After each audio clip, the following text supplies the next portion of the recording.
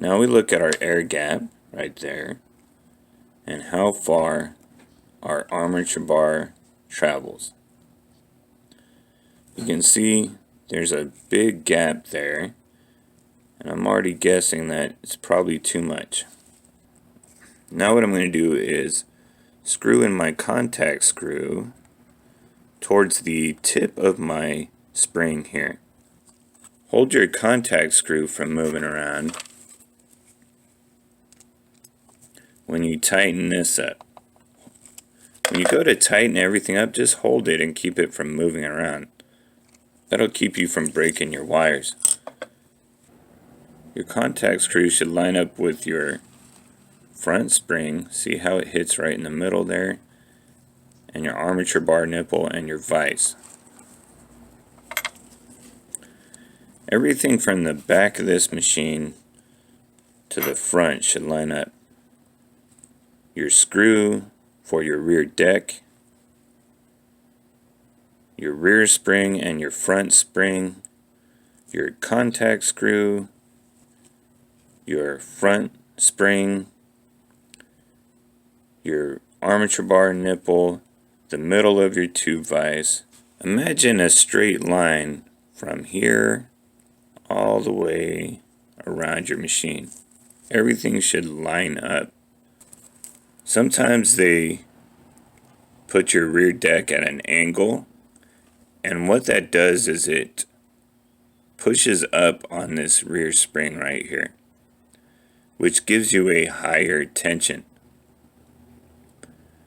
And you need to be aware of that because of the tension on your rear spring. If it's already angled like this, it will have a higher tension than a machine without that angle there.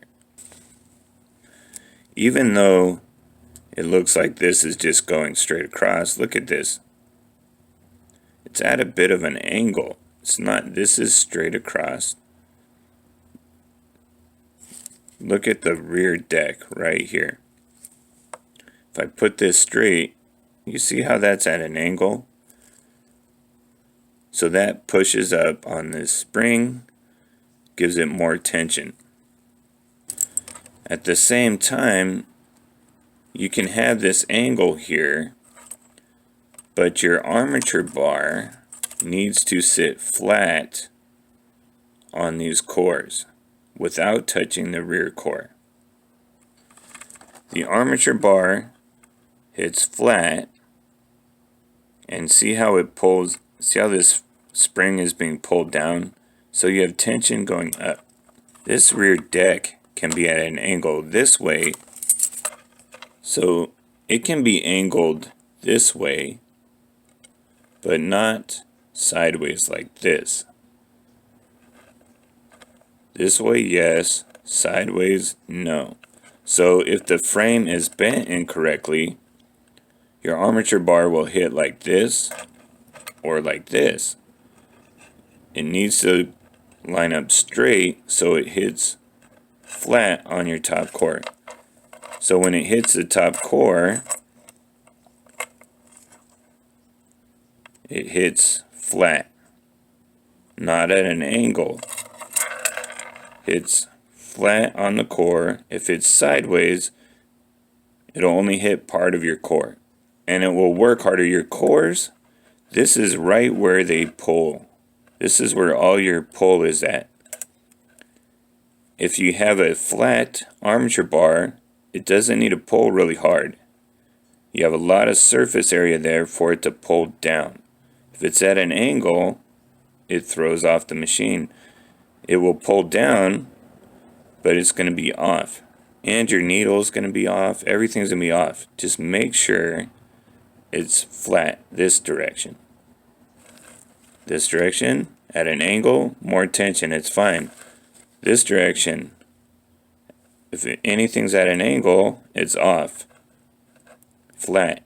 Flat this direction, angled this direction. So one of the main problems I think a lot of you have, especially with machines like this that haven't been tuned correctly yet, the machine will start to heat up on you, and as these machines start to heat up, they don't work as well. And you turn the voltage up to make them work, but then they just heat up even faster. And it's because they're working too hard. This already has an angle back here, which puts tension on this rear spring. So there's already a lot of tension there. Get our trusty tension gauge here, and this thing is like maxed out and won't go down. If you don't have a tension gauge, just push down on this thing. It shouldn't take a weightlifter to make this armature bar touch the front core. Really, Monty? Oh, cats always gotta get in your business. Monty. No, god damn it. Come here. So it shouldn't take an Olympiad to push this armature bar down to touch the front core. There's a lot of tension there. The solution is to loosen up this rear deck, swing your armature bar around so that it's flat against the back. You don't want this at an angle. You don't want to bend your spring at an angle. Bend it flat and now push down on this spring. Take some of that tension off of that spring, because the deck is already increasing that tension for you. So you need to take a little bit off so it doesn't have to work as hard.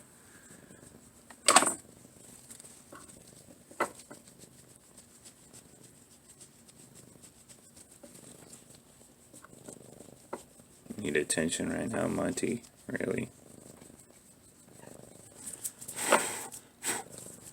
No. God damn it. Alright, so line everything up again.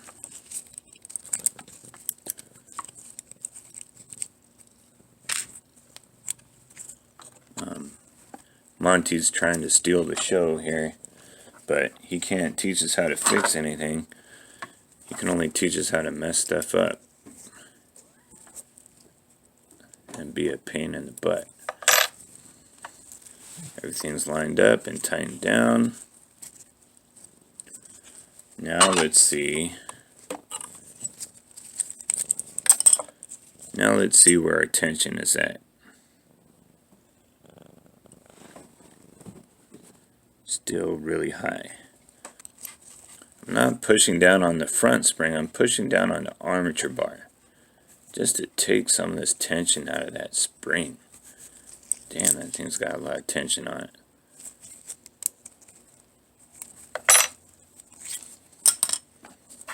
Alright, tension gauge again. This time, maybe too much. I overdid it. Let's see. Yeah, I overdid it. So, if you take too much off, you go the other direction and bend it up. Let's see. Hopefully that's right about where we want it.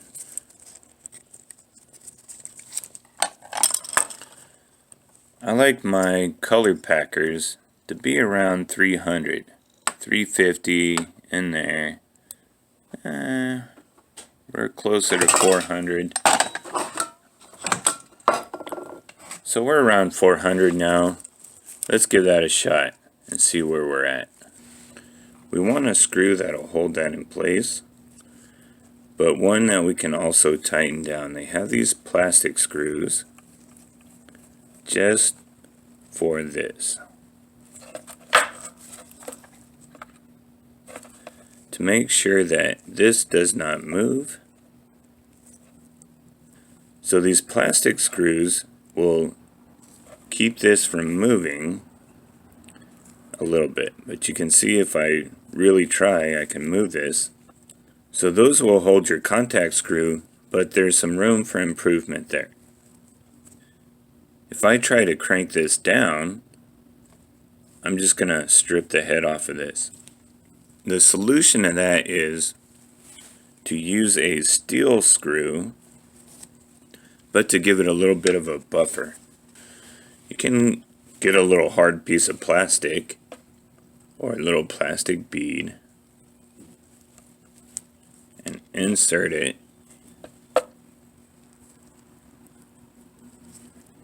into there first.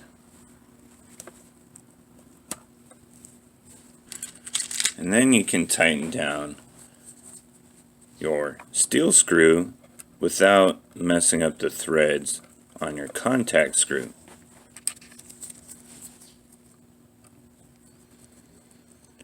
Now that's nice and snug, that won't go anywhere. With the steel screw, I don't have to worry about stripping the head off of that and having a piece of plastic stuck in there. Now you can see this is still moving around because it's only hand tight right now. Everything's still hand tight because now we get into making our adjustments.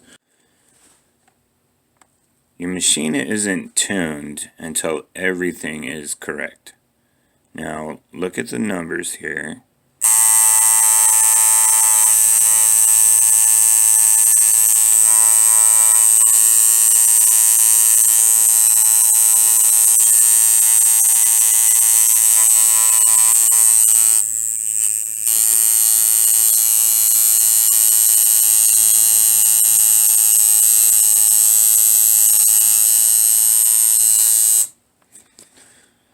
So we're in the range. For color packer, I like to be at 100 cycles per second. Or that's your speed. You know, I like to have it around 100 cycles per second and 55 duty.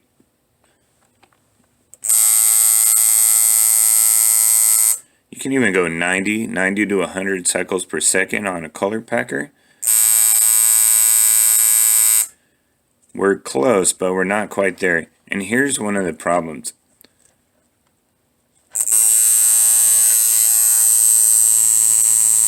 If you look at the armature bar Ghost, the stroke on this thing is crazy right now. It's too much. It's like double the distance it should be.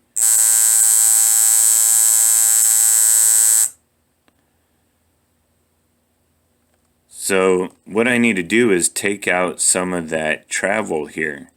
Again, it's too much travel. So I need to take some of that out so that my armature bar only stays right about here.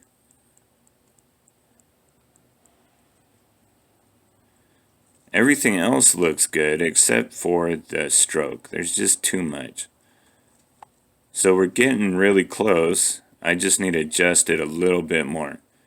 And my tension was still a little high at 400, so I might bring that down to 350 and then check my numbers again.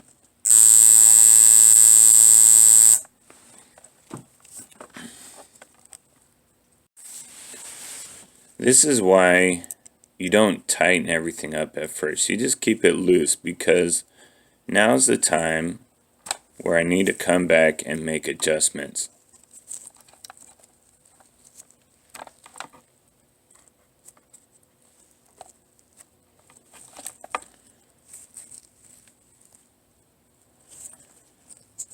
And I'm going to be moving this spring around. I'm going to be moving this contact screw around. I'm still moving things around. Your rear posts and your cores can be tight right now, but you're doing a lot of adjustments with your springs and your contact screws, so just leave those loose until you're ready to check your numbers out, and then tighten them back up. So now my stroke is fine.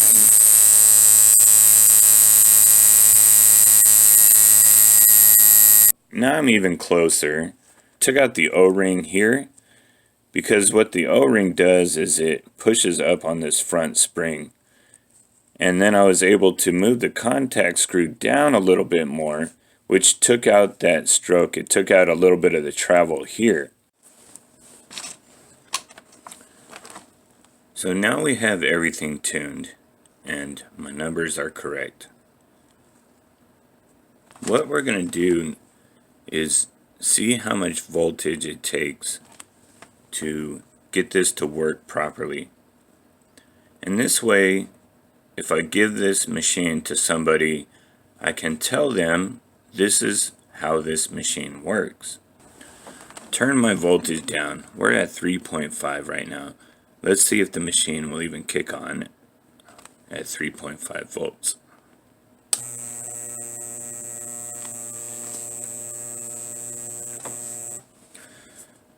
Okay, so the machine will kick on at 3.5 volts, but I'm telling you, it's not going to push a needle at this voltage. If I put my thumb right here, see how I can stop that armature bar? There's not enough of a hit there for that to push a needle into the skin. So I'm going to turn up my voltage a little bit. Let's go up to about 4 volts. And just to save time, we're going to go to 4.5 volts.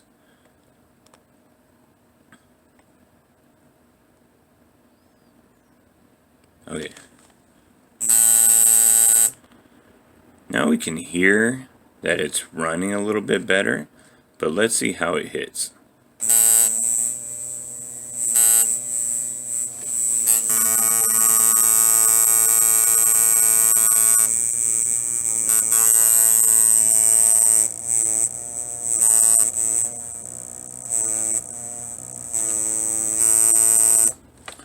Still not quite there yet. Let's go up to 5.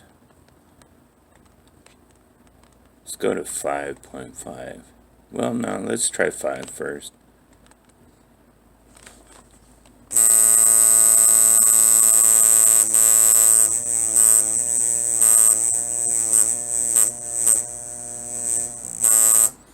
So that's hitting hard enough to where it would probably give you some shading.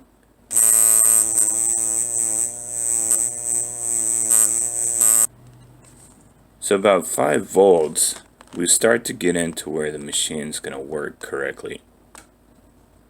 But it's still a little iffy, so if I was going to tell somebody the range of this machine, I would tell them an extra 0.5 volts. Because now it's actually hitting hard enough to tattoo with.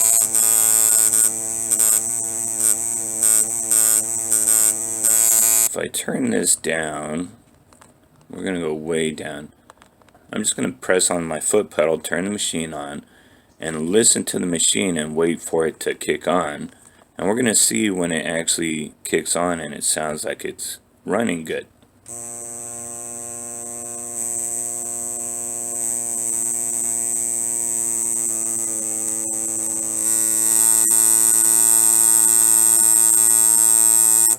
We're starting to get there, but it's not quite there.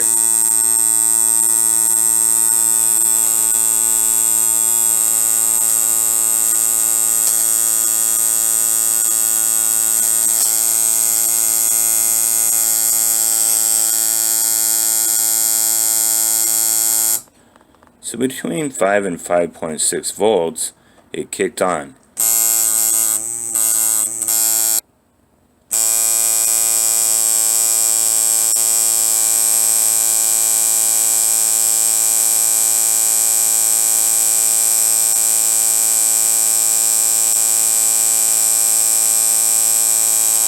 Okay, so we have 55 duty, 110 cycles per second. 90 to 110, that's a good range for a color packer. Our duty is right on the money, and we're running pretty good at 6 volts, so 5.5 to 6 volts is when it kicked on. So I would tell somebody that this is a faster color packer. This isn't a really slow color packer at 90 cycles per second. It's a little faster, 110. So it's set up as a color packer. It's a little faster. Maybe someone who likes to move their hand a little bit faster when they're tattooing and packing in color. This would be a perfect machine for somebody like that. So it's a color packer that runs a little bit faster. maybe more experienced tattoo artist who does a lot of color packing would like this machine because it would allow them to work quicker and pack that color in. So when I give this tattoo machine to somebody, what I'm going to tell them is, if you want to hit soft, 5.5 volts. If you want to hit a little harder, 6 volts. And if you want to, you can move up from there. A tattoo machine should have a range. It should go from soft hitting to medium hit to a harder hit. That way you can adjust how you want the machine to hit while you're tattooing. This is what I'm talking about when I say I think it's a mistake to call a machine a liner, shader, and color packer. We should be a little more specific when we talk about a machine. And I would say that this is a color packer that is medium to fast, and it works between 6 to 8 volts. I would tell them why this machine is a color packer. It has a longer stroke, less tension on the spring, and it's a nice hard hitting machine. Great for packing color.